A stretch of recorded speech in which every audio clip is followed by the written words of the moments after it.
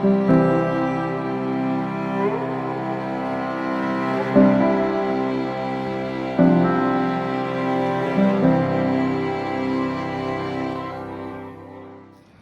up, y'all? My name is Dimitri, and I'm here to bring you this Monday morning Momo Devo.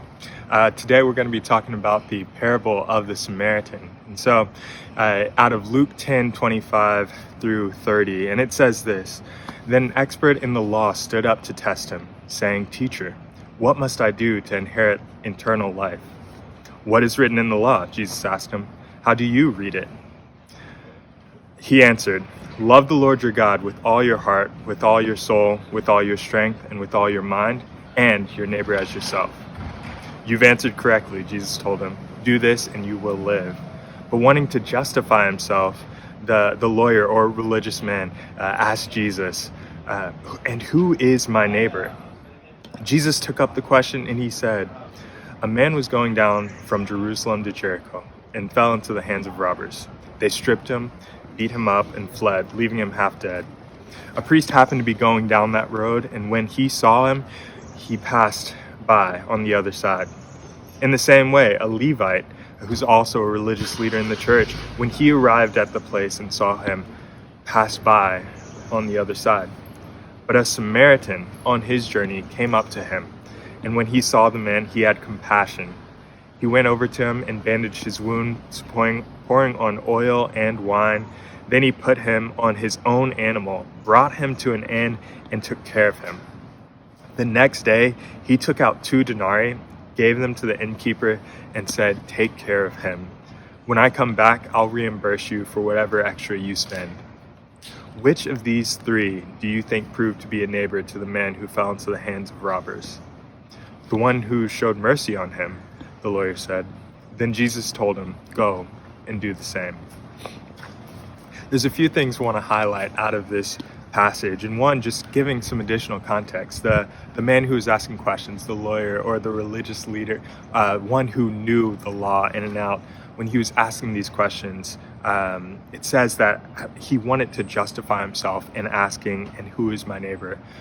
Maybe that could be reflective of this idea of wanting to say, okay, I identified, love the Lord your God with all your heart, mind, soul, and strength, and maybe this concept of who is my neighbor is to make sure that I'm really stepping into it, and that's what led Jesus to bringing up the parable. But it's interesting when you look at the parable and the different characters represented, the priest, right, and the Levite, 2 leaders that the listeners at the time would have been listening and hearing, being very familiar with the concept and the context of the Jericho Road, knowing that it's a road that was known for being full of robbers and having these incidents that pop up.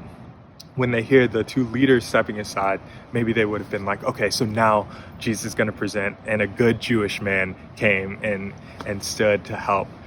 But instead, Jesus says a Samaritan, who is someone who is actually opposed, and in societal standing, Jews and Samaritans hated each other at the time. And the Samaritan was the one that Jesus highlighted of stepping in and saying, not only am I going to acknowledge this man who's here and come alongside him, but I'm going to load him up on my own donkey, on my own animal, and take him to the inn, and then pay the fee for him, which is significant to acknowledge.